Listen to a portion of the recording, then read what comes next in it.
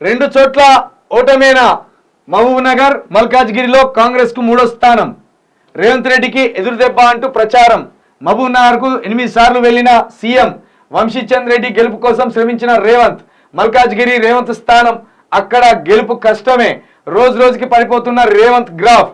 ఆ 2 స్థానాల్లో కనిపించని రేవంత్ ప్రభావం. అంటే రేవంత్ రెడ్డి ఇమేజ్ తోటి అయితే కాంగ్రెస్ అధికారంలోకి రాలేదు. ఇది వాస్తవం. రేవంత్ రెడ్డిని చూసి తెలంగాణ ప్రజలు కాంగ్రెస్ కు ఓట్లేయాలి.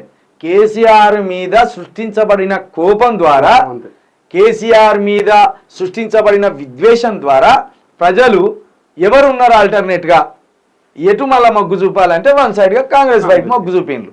ఎందుకంటే కాంగ్రెస్ ఒకటి అనేది అది ఎంత కొట్టినా సావని పాము. అది ఎప్పుడు అట్లుంటది. అట్లా మూలం పడి పాము చచ్చింది అనుకుని పోతాం కావచ్చు, కానీ అది మళ్ళీ దానికి ఇంతంత జీవం పోసినా తక్కువ లేస్తుంది. అట్లా చేసిన పార్టీ ఇప్పుడు కాంగ్రెస్ పార్టీ.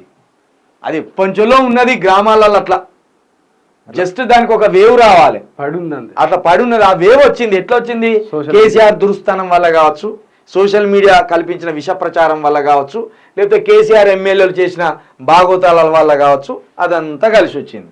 అయితే ఇక్కడ 2 చోట్ల ఓటమేనా అంటే మహబూబ్ నగర్ మల్కాజ్గిరి. మహబూబ్ నగర్ అనేది రేవంత్ రెడ్డి సొంత జిల్లా. ఇక మల్కాజ్గిరి అనేది పోయినసారి ఎదిరించేటోడు లేకపోతే బెదిరించేటోడిదే రాజ్యం అని ఒక నినాదం ఎత్తుకున్నాడు కదా. ఎదిరించింది లేదు, బెదిరించింది లేదు. 8,000 ఓట్లతో గెలిచినాడు. 10,000 ఓట్లతోటి గెలిచిండు. పోయి పట్టుమని 10 సార్లు కూడా పార్లమెంట్కు పోలేదు. ఆడ మరి ఏం మాట్లాడిండో, ఈ మల్కాజ్గిరికి ఎన్ని నిధులు తెచ్చిండో ఒకసారి కూడా పార్లమెంట్ సమావేశాల్లోనే లేడు. తీసుకొచ్చి 4 పైసలు తెచ్చిన మల్కాజ్గిరికి అని చూపించింది ఏనాడన్నా. ఇంకా బండి సంజయ్ అని అంటాడు 12,000 కోట్లు తెచ్చినని. ఈయన ఏం తెచ్చిండో ఇంతవరకు చెప్పలే. కాబట్టి ఈ సొంత జిల్లాలో కూడా ఓడిపోయే అవకాశం ఉన్నది. ఇక్కడ ఓడిపోయిందంటే రేవంత్ రెడ్డి గ్రాఫ్ ఏమున్నది, రేవంత్ రెడ్డి ప్రభావం ఏమున్నది. ఇక ఇక్కడ మహబూబ్ నగర్లో ఒక మంత్రి కూడా ఉన్నాడు, మళ్ళా జూపల్లి కృష్ణారావు ఉన్నాడు, మంత్రి ఉన్నాడు, ముఖ్యమంత్రి ఉన్నాడు, మళ్ళీ ముఖ్యమంత్రి ఉన్నాడు. ఆ స్థానమే ఓడిపోతాను. ఇంకా అది ఇక మల్కాజ్గిరిలో ఆల్రెడీ 7 స్థానాలు అసెంబ్లీ స్థానాలు అది బీఆర్ఎస్ కైవసం చేసుకున్నది లాస్ట్ అసెంబ్లీ ఎన్నికల్లో. ఇప్పుడు ఉన్న మల్కాజ్గిరి సొంత సీటు కూడా ఇష్కాకాయ పని ఉన్నది. సునీతారెడ్డి అస్సలు బరిలో లేదా. ఆమె ప్రచారం చేసినట్టే కదా కేవలం ఈటల రాజేందర్ కోసమే పెట్టిండు. ఈటల రాజేందర్ గెలిపించాలి, వీళ్ళు సైలెంట్ కావాలి. ఇక రేవంత్ రెడ్డికి ఎదురు దెబ్బ అంటూ ప్రచారం. మహబూబ్ నగర్ కు 8 సార్లు వెళ్ళిన, 8 సార్లు కాదు ఇంకో 100 సార్లు వెళ్ళినా కూడా అక్కడ కలిసి వచ్చే అవకాశం లేదు. ఇక అది పక్కన పెడితే వంశీచంద్ రెడ్డి కోసం శ్రమించిందంటే ఆయన కొంచెం అవకాశం ఉన్నట్టు మాట్లాడుకుంటాను. వంశీచంద్ రెడ్డికి గెలిచే అవకాశం ఉన్నట్టు మాట్లాడుకుంటాను. రోజు రోజుకి పడిపోతున్న రేవంత్ గ్రాఫ్. అసలు ఎప్పుడు ఆయనకు గ్రాఫ్ బాగున్నదని పడిపోతుంది. ఆయనను ఈ రాష్ట్రం ఎప్పుడు నాయకునిగా చూడలే. రేవంత్ రెడ్డి అద్భుతంగా పాలిస్తాడు, రేవంత్ రెడ్డి పెద్ద లీడర్ ఎవ్వరు చూడలే. ఇప్పుడు కూడా ఆయన దగ్గర ఉన్న పైసా కావచ్చు, మంది మార్బలం కావచ్చు, ఆయన తయారు చేసుకున్న పాటలు కావచ్చు, ఆయన లీడర్గా అట్లా ప్రమోట్ చేసినాయి, ఎస్టాబ్లిష్ చేసినాయి. ఇప్పుడు డబ్బు ఉన్నది, పిసిసి అధ్యక్షుడు అయ్యిండు, పాట రాపించుకున్నాడు 3 రంగుల జెండా బట్టి. ఆయన చేసిన పోరాటం ఏంది ఒక్కసారి ఎప్పుడు? ఆయన చేసిన పోరాటం ఏంది? ఏం చేయలే ఆయన. ఒక్కసారి మనం మొత్తం ఆయన రాజకీయ జీవితం 20 సంవత్సరాలట. 20 సంవత్సరాల్లో ఆయన కొట్లాడిన ఒక కాజ్ ఏదన్నా ఉన్నదా? ఆయన అప్పుడు తెలంగాణ రాష్ట్రంలో ఉద్యమంలో లేడు. ఉద్యమం వచ్చిన తర్వాత కేసీఆర్ మీద కూడా ఏదైనా విషయం మీద ఉద్యమం చేసిండ అంటే అది లేదు. 2 లేదు. ఇంకా కేసీఆర్ మీద బట్టి విక్రమార్క ధర్నా చౌక్ దగ్గర నిరాహార దీక్ష పట్టిండు, రైతుల కోసం పాదయాత్ర చేసిండు. ఇదే సీతక్క, బట్టి విక్రమార్క, మదియాష్కి గౌడు, ఉత్తమ్ కుమార్ రెడ్డి వీళ్ళంతా కలిసి ధర్నా చౌక్ దగ్గర వారం 10 రోజులు నిరాహార దీక్షలు చేసిండు వాళ్ళు. ఆ ఫోటోలు నా దగ్గర కూడా ఉన్నాయి. నేను కూడా చేసిన దాంట్లో, నేను కూడా చేసిన, మీకు చూపెడతాను. అది అప్పుడు నేను కూడా 10 టీవీలో ఉండే. ఆ క్రమంలో నేను అటు పోయి వీళ్ళకి సంఘీభావం తెలిపి మేము కూడా ఫోటోలు దిగొచ్చినాం. పోయి అట్నో ఇట్నో వాళ్ళకి సంఘీభావం తెలుపుతాం, ఏదో మంచిగా చెడో చేస్తాను, వాళ్ళు మొత్తానికి ప్రజల పక్షాన పోరాడతాను. ఇగో ఇదే Revanth Reddy money minded person. Money minded కానీ ఏ మైండెడ్ కానీ పిసిసి ప్రెసిడెంట్ చేసిన పోరాటం ఏంది? లీడర్ అంటే ఆయన చేసిన పోరాటం ఏంది? పిసిసి ప్రెసిడెంట్ కూడా అట్నే కొనుక్కున్నాడు, ముఖ్యమంత్రిని కూడా అట్నే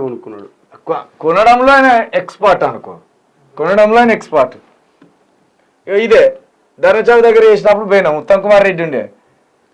ఇదే నేనే ఇది.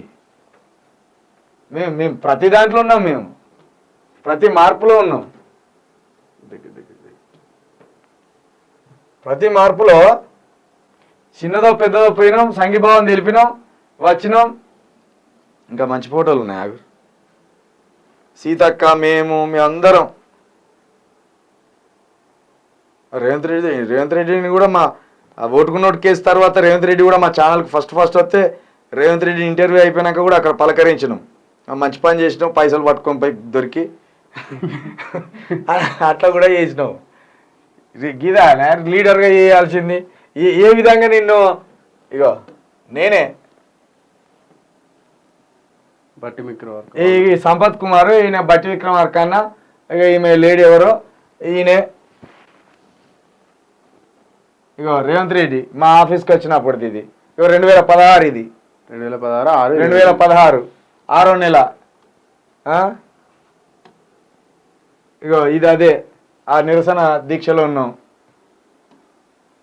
చెయ్యి కూడా ఏనేయాలి భుజం మీద, వద్దులే అని చెప్పిన. వచ్చింది ఆఫీస్కి వచ్చింది కాబట్టి అందరం మేమే క్వశ్చన్స్ అని రాసిచ్చి, ఎవరు రాసింది క్వశ్చన్స్ అది అని అడిగినప్పుడు ఆయన రాసింది అన్నప్పుడు మా వాళ్ళకి ఇట్లా చెయ్యి పెట్టుకొని నిలబడ్డాం అంతే. ఇది ప్రతి మార్పు కోసం ఖచ్చితంగా నిలబడ్డాం మేము. ఏదో ఒక చిన్నదో పెద్దదో నిలబడ్డాం. ఆ రోజు కేసీఆర్ ప్రజా వ్యతిరేక విధానాలు తీసుకున్నాం, తప్పకుండా అప్పుడు ప్రశ్నించినాం మేము. కాబట్టి రేవంత్ రెడ్డి గారు లీడర్ కాదు, ఆయన లీడర్ కాదు. ఆయన ఏ కాజ్ కోసం కూడా కొట్లాడలే. ఇంకా మేమన్నా అవినీతి మీద 6 నెలలు పాదయాత్ర చేసినాం, కేసీఆర్ అవినీతి చేస్తానని, కేసీఆర్ అప్రజాస్వామిక విధానాలు చేస్తానని, ఒక ప్రాంతీయ పార్టీ కావాలని మేము తిరిగినాం. రేవంత్ రెడ్డి కావాలని అక్కడ తిరిగిండా? తిరగలే. ఏ రోజు ఏందంటే కేసీఆర్ మీద ఓ విద్వేషం పెంచుకొని, ఆ సీటు మీద ప్రేమ పెంచుకొని, ఏది సీఎం సీట్ మీద ప్రేమ పెంచుకొని ఆ ఇంటి మీద డోర్లు ఎగిరేయడం, ఈయన ఫామ్ హౌస్ మీద డోర్ ఎగిరేయడం, లేకపోతే ఆయన ప్రభుత్వాన్ని పడగొట్టాలని 50 లక్షల పెట్టబట్టుకొని అదే చంద్రబాబు నాయుడు చెప్తే పోయి దొరకడం. ఇవే పోరాటాలా? ఈ పోరాటాలు అయితే ప్రజా పోరాటాలు ఇవి. ఈ ప్రజా పోరాటం ఎట్లయితే ఈ దొంగతనాలు అయితే కానీ ఈ నాట ఈయనకు గ్రాఫ్ ఉన్నదట, ఈయన గ్రాఫ్ పడిపోతుందట.